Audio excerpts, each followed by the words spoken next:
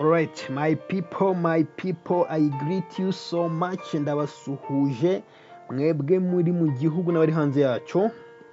Tubana kwiye channel yacu ya Orest Pianist. Mbibutsa gukora subscribe mwebwe mutari mwayikora. Abayikoze noneho mbasabye favor yitwa share kuko YouTube channel yacu ikeneye kumenywa n'abantu benshi. Bakamenya ibi bintu nabo bakajya biga. Sibyo nshuti zanjye? Mbazaniye isomo rero uyu munsi. Mbibutsa ko muri muzika ntago dusimbuka niba ari ubwa mbere ukaba utayize amasomo yabanje nta n'ikintu yaziho. Wakwibwiza ugasubira kuri video zabanje ukaziga kugira ngo bigufashe. Dufite igipimo cya 3 kuri 4 ndaza kukibereka muri description. Ukimara gufungura iyi video uhita ujya muri description ubanza ukande kuri link ndagushiriramo ndabya uploading ya rimwe. Hanyuma iyo link uyikandeho ubanza urebe ko bateye igipimo cya 3 kuri 4 niba utabizi. Hanyuma numara kubimenya ugaruke kureba iyi video nibyo biragufasha. Sibyo? Yego. Hanyuma igipimo cya 3 kuri 4 rero cyo kiba gifite ntwari eshatu muri buri balle de mesure. Kakiri mu Kinyarwanda. Kiba gifite gahiri eshatu muri buri soza gipimo. Ndibutsa ko isoza gipimo cyangwa balle de mesure ni tuno tuzu turimo. Nukuvuga gucyo ututongo ye tugenye ducamo nyine dukora mu tuntu tw'utuzu batwita isoza gipimo cyangwa se balle de mesure. Iyo rero turimo gukora 3 kuri 4 hano haba muri buri soza gipimo harimo ntwari eshatu. Nk'ubu tumutse tuzibaza reka tubare nk'ahangaha. Iyi ni ntwari imwe cyangwa se gahiri imwe. Ufashe iyi crochet niyo ukabitiranya leta bibyara indi ntwari imwe.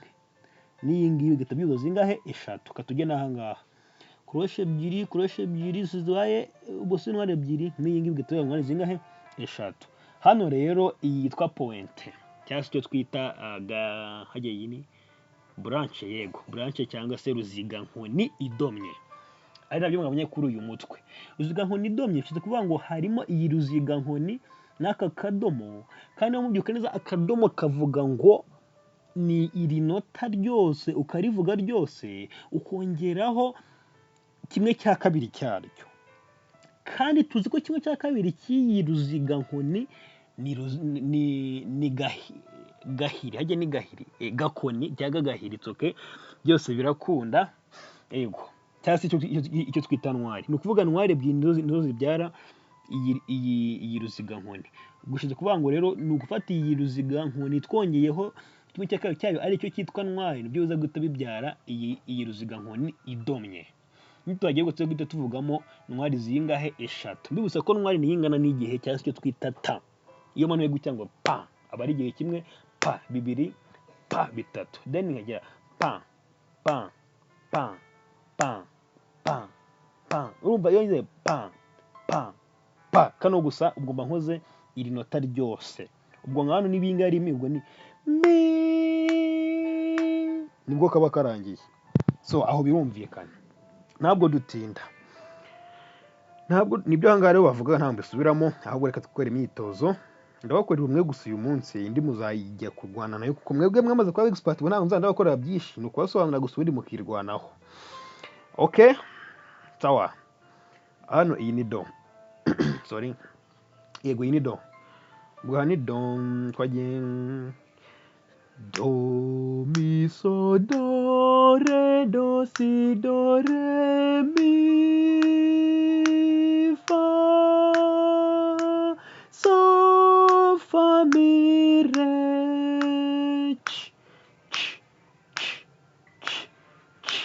ra do fa mi re do si do so do murabyumva. Mbushe ko amasurance najyaga nyageraho nkahita ngiramo uduci sibyo ngira ngo mwabyumvisha ko nagiye mbishyiramo nawe mujye mubishyiramo rero. Ikindi nabibutsa hano murabona yuko harimo muhundwa nota zihuje. Murabona harimo iya clé de sol n'iya clé de fa. Ku bushake bwawe ushobora kuzikora ukajya ukora imwe wanyuze ugakora no kuya base ukumva. Nka hano nyine ugahita uvuga ngo do mi so do tunutwo ngutwo sibyo. Hanyuma nabyo ubikore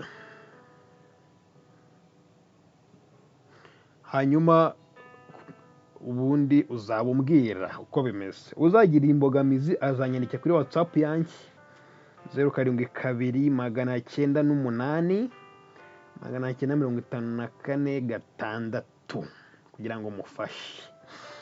Hanyuma yose ni imyitozo mugomba kuzakora mbere y'uko murangiza iri somo.